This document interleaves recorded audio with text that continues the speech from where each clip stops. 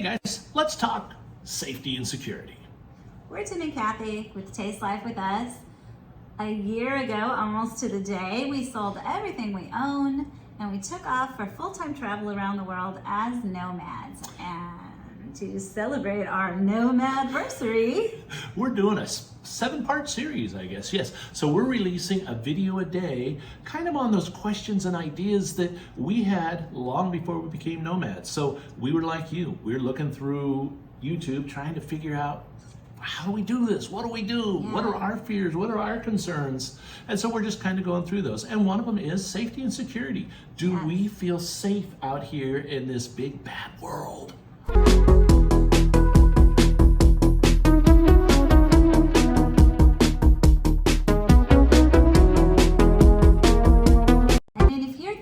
becoming a nomad, probably everyone you mention it to says, are you sure it's going to be safe there? I've heard bad things about wherever you're going. X, Y, and Z. Yeah. I mean, whether it's the safety. So we went to Australia first. Are you sure Australia's safe? They have huge spiders and huge snakes and they're in the toilets and they're going to eat you alive. Everything wants to kill you there. Yeah. Which then, there is some truth to that. You know, Southeast Asia, are you sure you're going to be safe? I mean, there's criminals everywhere, you know. Are you sure you're going to be safe in Europe? Because there's pickpockets everywhere. Well, we haven't been there yet, so we'll find that one out. Are you sure you're going to be safe in Switzerland? You might fall off the Alps. You know. Fall off the Alps? Everyone you talk to is concerned about your safety in some way. Don't go hiking. You'll fall off the mountain. Don't fly in an airplane. It could crash. Including our own kids. Right. Everybody. So we wanted to just bring up some of those issues out there and some of the things that we kind of look at and think about to keep ourselves safe while we're traveling. Yeah. Now, we're not going to give you all of our little secrets, but we're going to give you some ideas to think about, okay? Yeah. And I will say, overall, we have felt incredibly safe. Absolutely. I feel safer than I felt in the United States. I feel safer than I felt in our small town in the middle of California.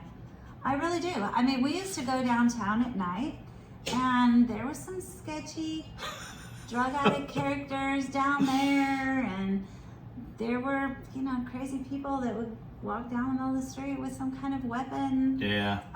There was a mass shooting like a quarter mile from our house about 20 years ago. Yeah. And another one in our mall, right where we used to take our kids. And we lived in a good, safe area. Yeah. So I'm just saying, if you live in the U.S., you know what I'm talking about. You don't really feel safe any place.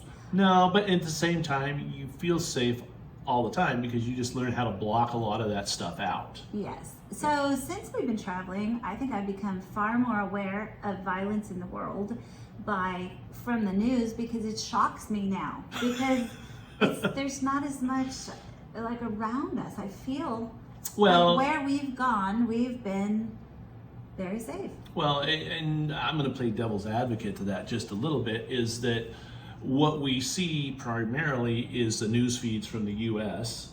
And we're obviously not watching the news here in Malaysia about what's going on around us. But I will also say we're not hearing sirens all the time. There's no gunshots going off, all of that crazy stuff. Which is kind of funny, because when we would stay in New York City visiting our son, it's constant sirens, like all the time. I'm not saying it's all for safety issues. It could be multiple things. But when we came to Kuala Lumpur, I thought, it'll be really noisy, all the sirens, like a big city. Nope. I haven't seen or heard a siren. No. So we feel a lot safer. Now, with that said, though, I do believe we're a lot more vigilant in just keeping a good idea of our surroundings. So we try hard to stay in safe places. And by the way, if you use TripIt and you have TripIt Pro, there is a part on there that will tell you the safety level of your accommodation area. And that's kind of a handy tool to have. Absolutely. But we research a bit. We make sure we're in a safe area. Yeah, I mean, when you travel as nomads, part of your life is walking. Because you don't have a car. Walking so and taking public transportation. Yes, absolutely. And so anytime you get on a public transportation, i.e. monorail, train, bus, you have opportunity if it's crowded to, run into the pickpocket and that little crimes of opportunity. And that's anywhere in the world. Yeah, and so to avoid crimes of opportunity, what do? Well, you decrease the opportunity. You keep a good eye on everything in your surroundings, who's around you, and if you're uncomfortable in a situation, move. Yeah. So travel days are the scariest days in a sense absolutely. because you have everything you own on you, which includes whatever cash you have, whatever cards you have, all of those, your electronics, that's some of your most valuable things you have. You have everything on you, and it's usually a lot of it's in backpacks that can be grabbed, like your electronics. Money, you should never keep it in a bag, keep it on your person always. But it's definitely your riskiest time. Well, and the other reason why it's your riskiest time is because that's also when you're the most distracted. You're distracted figuring things out. You're in crowded places, airports, trying buses, to read train boards in different stations, languages. Yeah, I mean, you got a lot of stuff going on. So you almost have to slow down and still make that awareness of your surroundings. Yeah. Always double check with each other, or if you're solo, make sure you got every bag with you and you know exactly where it is. Try to let one person be distracted and one person be safety focused. Yeah. Like keeping an eye, like the way we even stand, like I will stand against Tim in areas that I know are vulnerable so that someone would have to go through me to get into his pockets. Right? It's just avoiding like if we're certain on things. a train, a subway train, and you're stuck standing. That's how we'll stand. And is it foolproof? No. No, it's not foolproof, but Just we one more don't wear level. our wedding rings. Right. Hardly ever.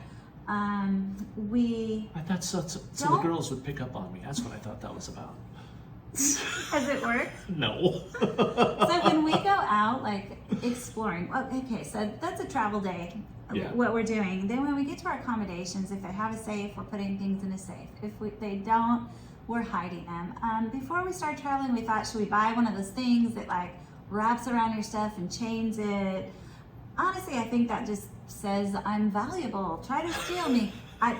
Personally, we decided not to go that route, and we are picking our accommodations carefully. I think we're not in hostels or something like that where that might be more of an needed issue, because you've got a lot of other people there, things like that. So try to pick safe situations, and then try to be wise about where you keep your stuff in your accommodation. And when you go out, just don't take it. We take a little bit of cash, an ATM card, and a credit and a card. credit card. We try to mostly pay cashless with our phone, which we can do a lot of places. Yeah, it depends on where you're at. Honestly, we've been to quite a few places lately that are cash-only places. Yeah. And so you have to carry cash. Yeah. So you take it out of the ATM carefully with somebody else kind of guarding. You check the thing to be sure it doesn't have a skimmer in it. Yeah, you try to use ATMs that are inside of stores or buildings versus just an open air ATM. Yeah. Or like connected to a bank. Some of them even have security guards. I have been skimmed, but it was in the United States, in my own town. I've not been skimmed here yet. And we did lose one ATM card because some idiot left it in the machine. Yeah, not me. And let's see, but it was my ATM card. So I was okay with it. Let's see, when we go out, we do usually have a backpack, but we don't have anything valuable in it. No, it's mainly carrying stuff that we could easily Yeah, replace. water, towels, things like that, or our groceries when we're shopping.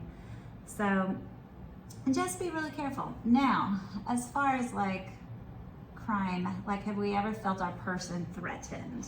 A couple of times, and I'm sure Only twice though, in a year. in a year, and I'm sure it really wasn't. It might not have even been anything. Right. But the fact that both of us, our instincts went off at the same time, and we both kind of looked at each other and loudly changed our strategy of where we were and where we were going without saying like, do you think that guy's following us? We just kind of looked at each other and we're like, hey, let's go check out that restaurant over there. Yeah. We went over to the restaurant. The guy went to the restaurant. He's watching us. Sat down at a table. We're standing looking at the thing, so he sat down at a table. and we left. So we kind of waited a little bit till he was pretty trapped there, and then we left. We didn't stay at the restaurant. Right. Another time, I mean, these are both times when we were walking in places where there was nobody else around. Yeah. That this person had kind of followed us off of a street, tourist area, followed us to where there wasn't A lot of going people. to be much Yeah. people or any businesses, and so at that point we realized we're not going to continue walking through this area. There's a business, let's duck inside. Right. And It another really. guy also followed us inside and kept watching us, and so we just killed time at little businesses until he wandered off, and then we went a different way. Yeah, and again, it's being aware of your surroundings, Yeah. and then having a plan, like, we're talking about. We kind of have this thing where it's unspoken, like, hey, if we're uncomfortable, if one of us is uncomfortable, or we're both uncomfortable, we're going to recommend we go into the nearest business. We're going to recommend that we go into the nearest crowded area where there's lots of people. Yeah. And it's just, And we're not turning around looking No. or anything like that. We watch shadows. We watch the shadows on the ground a lot. The If we're in a shadow sketchy knows. place.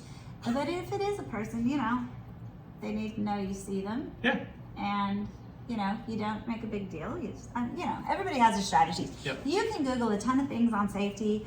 and a lot of them are Nora really Dunn? good. I think Nora Dunn has a channel. She has a lot of great safety stuff. Mhm. But basically, what we want to tell you is the world is not a scary place. No, it's really not. It's not. And honestly, it's not even usually crowded if you're careful what you're doing. Right. We try to avoid crowds in super crowded places. Sometimes you just really want to see it and you go, or you're stuck in a crowded airport. But Well, on the same breath, we also try to avoid deserted areas too. we do. Yeah. We So- try to be careful. And if there's a sketchy area that we have to walk through, we will take a Grab or an Uber type thing home at night. We Yeah. won't walk through there at night. Yeah. In fact, we try to be also really careful to not drink at night and then walk home, Right. because you never want to be in any kind of slightly compromised Right. situation. So if you're out and you're having a great time at night, take transportation home. Yeah. That's a time. It's like buying insurance. There's a time to pay a little extra, and that's the time. Yep. So Protect yourselves. Be aware of your surroundings, and just be smart. I'm going to say the most dangerous thing. This is a clue. The very most dangerous thing you will encounter Crossing the damn pretty street. much on a daily basis. Crossing the street, walking down broken sidewalks, trying to avoid grates and covers in the sidewalk that collapse, and just trying to walk on streets that literally don't have sidewalks or clearance. And you just have to be careful. So those are your biggest threats. Your biggest threat in the nomad life is being injured. What did somebody we just read? Somebody always said, we're always one injury away from the end, or Yeah. something like that. One injury away from ending this lifestyle. Yeah, something like that. And that is the truth. That's going to get you more than someone else is going to get you. Right. So you have to be super aware of where you're placing your feet. Yeah. Yeah. And that's something we've had to learn. And that's Yeah. super important. Yeah. So thank you for tasting this life with us. Thank you for listening to us and hearing some of the concerns that we had. Give us a like, subscribe. We need subscribers. We'd love to have you, see other things that we've done. And most of all, if you've got comments too, leave us some comments. Yeah. Ask questions. Yeah, check us out on Facebook and Instagram. Look at our other videos, and our website, tastelifewithus.com, has tons of information about the nomad life. It also has a list of all our videos and a blog about what it feels like to be a nomad. So check things out, subscribe if you will. Please. We really need subscribers. We love you guys. We're glad you're along for the ride with us. If there's anything in particular you really want to see on this channel, also please do leave that in the comments, because we really want this to be for you. Now, don't be afraid to get out there and taste life for yourself. Definitely. It's totally worth it.